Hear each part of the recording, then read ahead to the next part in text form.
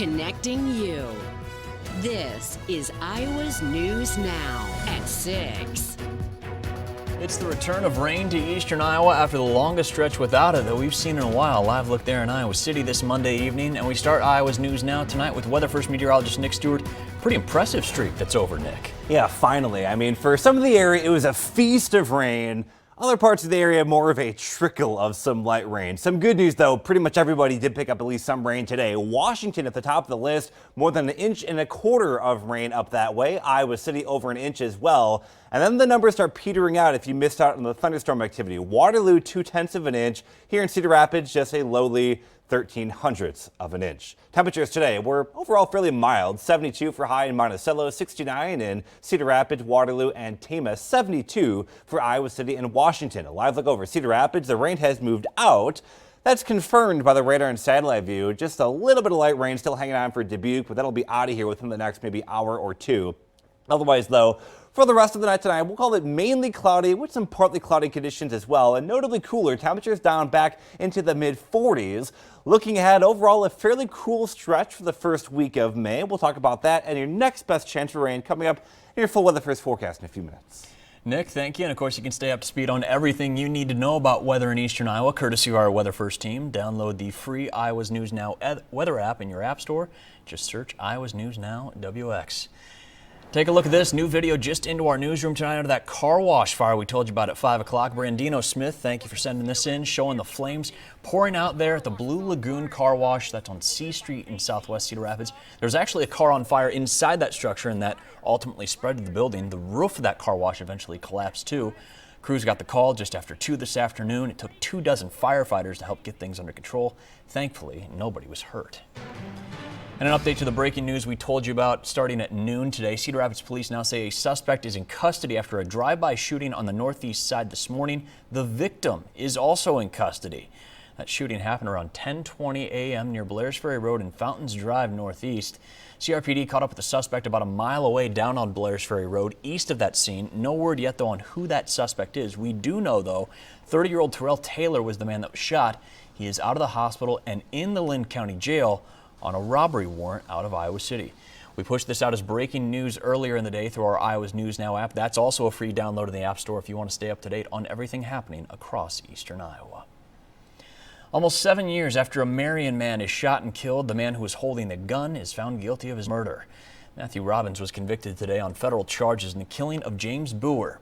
It stems from a May 2014 robbery where Robbins was part of a group robbing Boer, who was a local drug dealer. Robbins faces anywhere between 10 years and life in prison. Continuing coverage tonight on how federal pandemic relief money in Iowa is being used. The top Democrats on the Iowa legislature's oversight committees are now asking for a meeting with Governor Kim Reynolds after she admitted last week to turning down $95 million in federal COVID-19 aid for the state. State Senator Claire Celsey and Representative Ruth Ann Gaines say they were, quote, flabbergasted to hear that news. The money was meant to go towards testing for the virus in the state's schools. Here's the governor's rationale for turning it down. I just returned $95 million because they sent an additional $95 million to the state of Iowa to get our kids back in the classroom by doing surveillance testing. And I said, we've been in the classroom since August. Yeah. Here's your $95 million back. The Iowa Department of Public Health says that money was made available to support testing and keep schools operating safely. We have reached out to the state to see if there are any plans for that meeting. We're still waiting to hear back. New tonight on Iowa's News Now, we are learning that 1/4 of families in Iowa are living in what's called a child care desert. It means they can't find a licensed place for their kids to go near them. Eastern Iowa's struggle comes both from the pandemic and the August 10th derecho. Almost 500 spots for kids in Linn County alone are gone just in the last year. 24 registered child care homes are closed, along with 4 preschools. The price tag in Iowa to do maintenance and improve the situation pushes $500 million. I don't see why it needs to be an ongoing issue. I think that this is something that we can solve, right? We know that there's kids in every community. Putting a child care center, making it possible for someone to provide that care, that's creating jobs and it's creating economic opportunity. Iowa's News Now anchor David Amilotti is digging deeper into how child care deserts are hurting kids in Iowa and what is or isn't happening to try to fix things. He's got a special report tonight at 9 on Fox 28 and 10 o'clock here on CBS 2. Kirkwood Community College is getting ready to get back to some semblance of normal learning coming up this fall. Kirkwood's announcement today for their fall semester plans include in-person classes, but they will still offer online and hybrid options as well.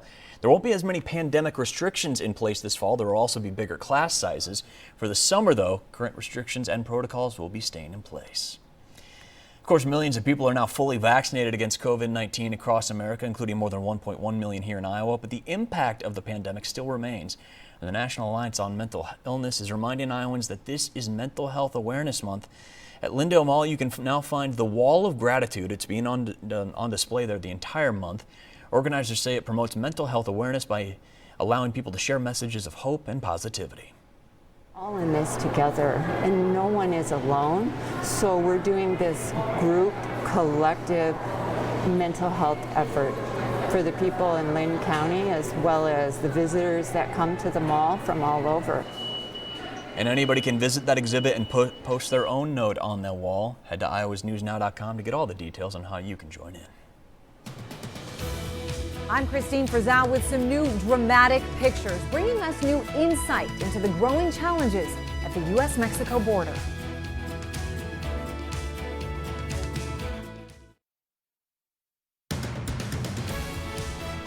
Tonight we're getting new looks at the crisis at the southern border. Iowa's News Now correspondent Christine Frizzell tells us what's coming as Congress appears to be at a stalemate. U.S. Border Patrol agents suspected was a human smuggling operation gone bad. The aftermath of a boat overcrowded with migrants captured in these dramatic pictures. Officials say at least 4 people died and 20 were hospitalized after the vessel crumbled. This was a mass rescue operation that turned into a mass casualty incident. From San Diego, California to Valverde County, Texas. Here, low water levels in the Rio Grande River are making the journey of crossing over from Mexico a simple one. I can't blame them for a mother to drag her 5-year-old son across the Rio Grande, saying that she would prefer to drown in the river than stay in her home country. That desperation reflected in the numbers. The Del Rio sector making more than 4,600 apprehensions and disrupting 69 smuggling cases involving 364 migrants just in the last week of April alone. Those who live closest to the crisis speaking out. I know they're trying to better their lives, but maybe do it the right way. It's a border issue. It's always been there. The system has always been flawed. Right now, it's just breaking at the seams. That flawed system had been front and center in Washington, with lawmakers making multiple trips to the border and promising action. But so far, there is no plan or even the prospect of one, as the challenges along the U.S.-Mexico border grow more difficult by the day. The Biden administration taking its own new action, officially canceling all border wall contracts that use funding intended for the U.S. military. Also this week, planning to reunite 4 families separated in recent years, though there may be up to 1,000. Officials trying to focus on the positive. The number of children we have stuck in our Border Patrol stations are down 84% in the past month. We're making progress on resolving this problem and on getting these kids reunited with their family members. Many more families making that journey as those working on the front lines see no end in sight. I'm Christine Frizzell reporting. Well, say goodbye to the 80s. We have much cooler temperatures moving into eastern Iowa compared to this time yesterday, 15 to 20 degrees cooler. But there is a little bit of a warm up in sight. We'll show you when that arrives coming up in your full weather first forecast next.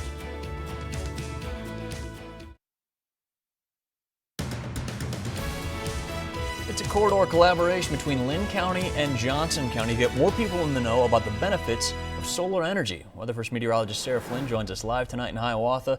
Sarah, sounds like a lot of people are already on board. Yeah, Mitch, that's exactly right. 86 people attended that kickoff meeting towards the beginning of April. Now, both Linn and Johnson counties are teaming up with Midwest Renewable Energy Association in hopes of more homes and businesses switching to solar energy. A series of power educational meetings will be held to find out more about the program and get a free quote. These events will be virtual and at various times over the next couple of weeks. Eric Holthouse is the sustainability coordinator for Cedar Rapids. He says that the biggest misconception is that solar energy is costly, but prices have actually dropped 90% since 2010. We have a lot of events because we want to get a lot of people to attend. Lynn County and Johnson County and Iowa City, Cedar Rapids, there's a big population out there. And I think there's just almost unlimited potential for people that would be excited about and want to get information about solar. Now, the next date that's upcoming for this virtual Power Hour event is going to be on Thursday, May 6th at 3 p.m. For a full list of all of those meetings that they'll have virtually, visit the article on our website, iowasnewsnow.com. In Hiawatha, meteorologist Sarah Flynn, Iowa's News Now.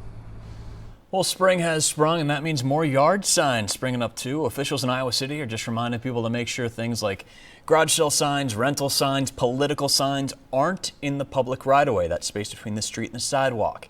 If signs are in those spaces, they could get taken down. The city does give you a heads up, though, to take those signs down yourself before they're taken down for you. If the city does collect a sign, it'll get recycled. I'd like to also ask that signs don't be placed on street poles or utility poles. That also can provide a distraction for drivers. And again, you can head to iowasnewsnow.com to get more information about what's happening with those signs in Iowa City. Well, we got an update tonight to a story we first told you about a couple weeks ago. The value of eastern Iowa homes are actually going up in the pandemic. That also, though, means more expensive property taxes. Iowa's News Now reporter Emily Chavez is following new developments tonight as more people push back on those assessments. Expect the unexpected. That's what Cedar Rapids assessor Julie Carson says she learned this year after dealing with an influx of challenges to new estimates of people's property values. In those cases, an appraiser needs to physically visit the home to see if the value is correct. This year for the 2021 informal period, we received 545.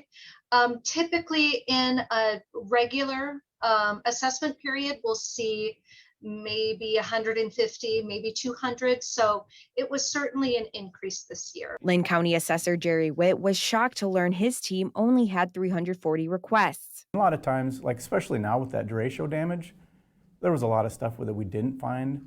And this was just a great way to go take a look and be like, yeah, there's damage.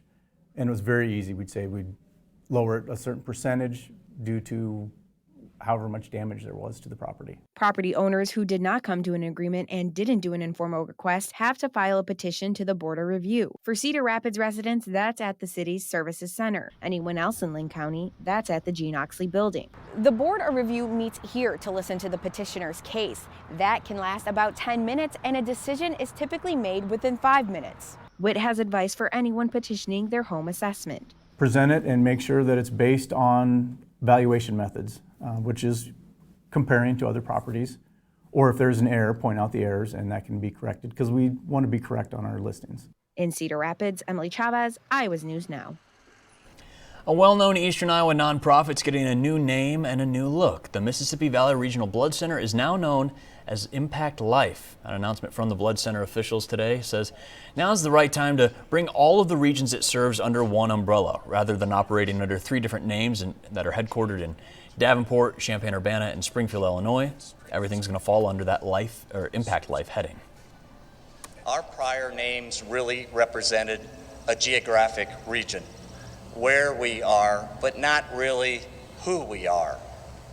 Our new name now resonates on who we are and what we do every day, which is we impact life. That's this mission. Name change, but the core mission remains the same: saving blood products and helping people save lives.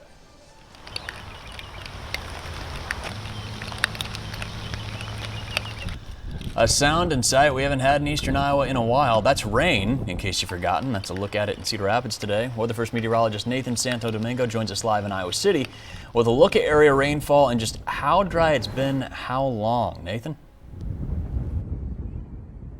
Yeah, Mitch, it's definitely been dry here for a while, and it has been a slow start to the season when it comes to overall rainfall. But right now, creeks like Ralston Creek below me, they're flowing higher today because of the beneficial rainfall that we saw. Here's a look at rain totals around the region. And here in Iowa City, just over 1 1/10 inches, 1.13. Washington leading the way over 1 1/4 inches. And up to our north, Decorah, over 1/2 inch today. And that is important in our northern counties where they've been dealing with moderate drought conditions. Finally, some rain up there that exceeds their entire total for the entire last month. So some much needed rainfall across our north.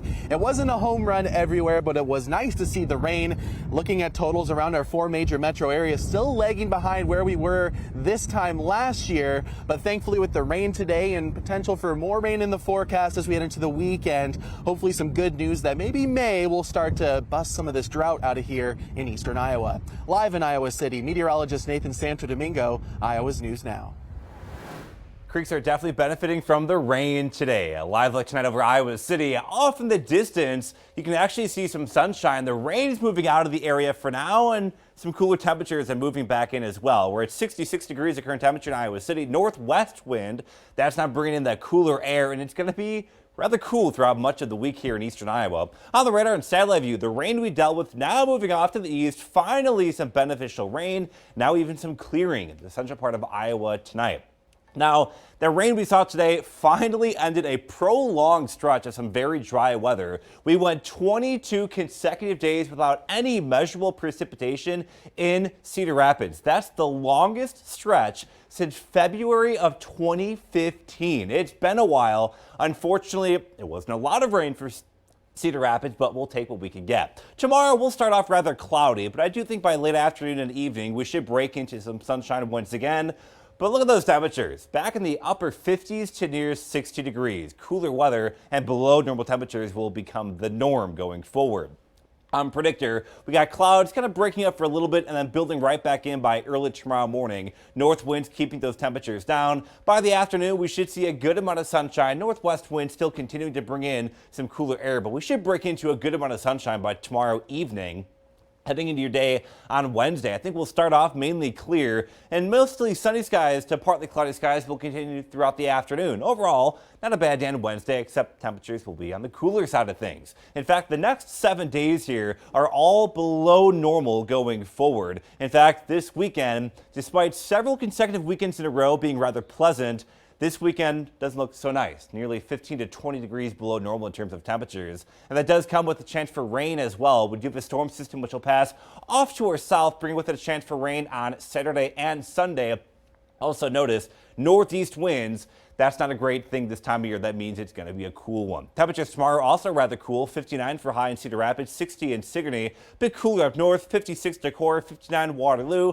Partly sunny to partly cloudy and breezy. North winds gusting as high as 25 miles an hour. 70 forecast. We're near 60 tomorrow, low 60s Wednesday, upper 50s Thursday, and then here comes the rain. So just in time for the weekend. Coming up next in sports, where things stand with the Hawkeye quarterbacks. Straight from Kirk Ferentz. More on the potential QB battle when we come back. This is Iowa's News Now, Sports with Grant Becker.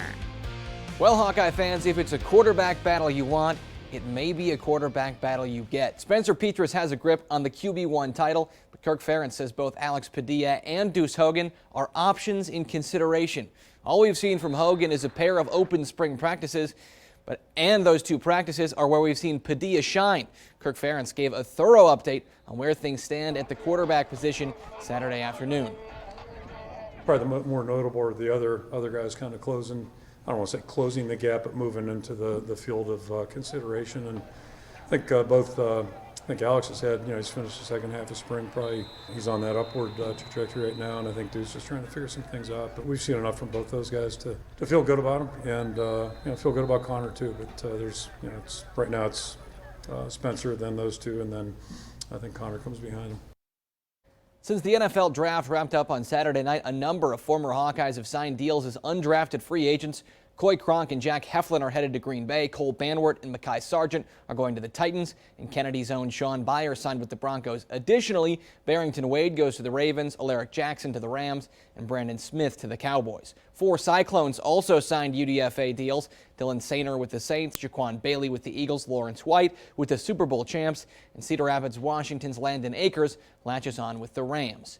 Now that the 2021 draft is all wrapped up, we can peek ahead to 2022, where a few college stars here in Iowa are already on the first-round radar. If you find a 2022 mock draft with a running back going in the first round, chances are Breece Hall is that running back. ESPN made a list of the most intriguing prospects and included Charlie Kohler for the Cyclones and Tyler Linderbaum for the Hawks, a pair of returning All-Americans who have round 1 stock.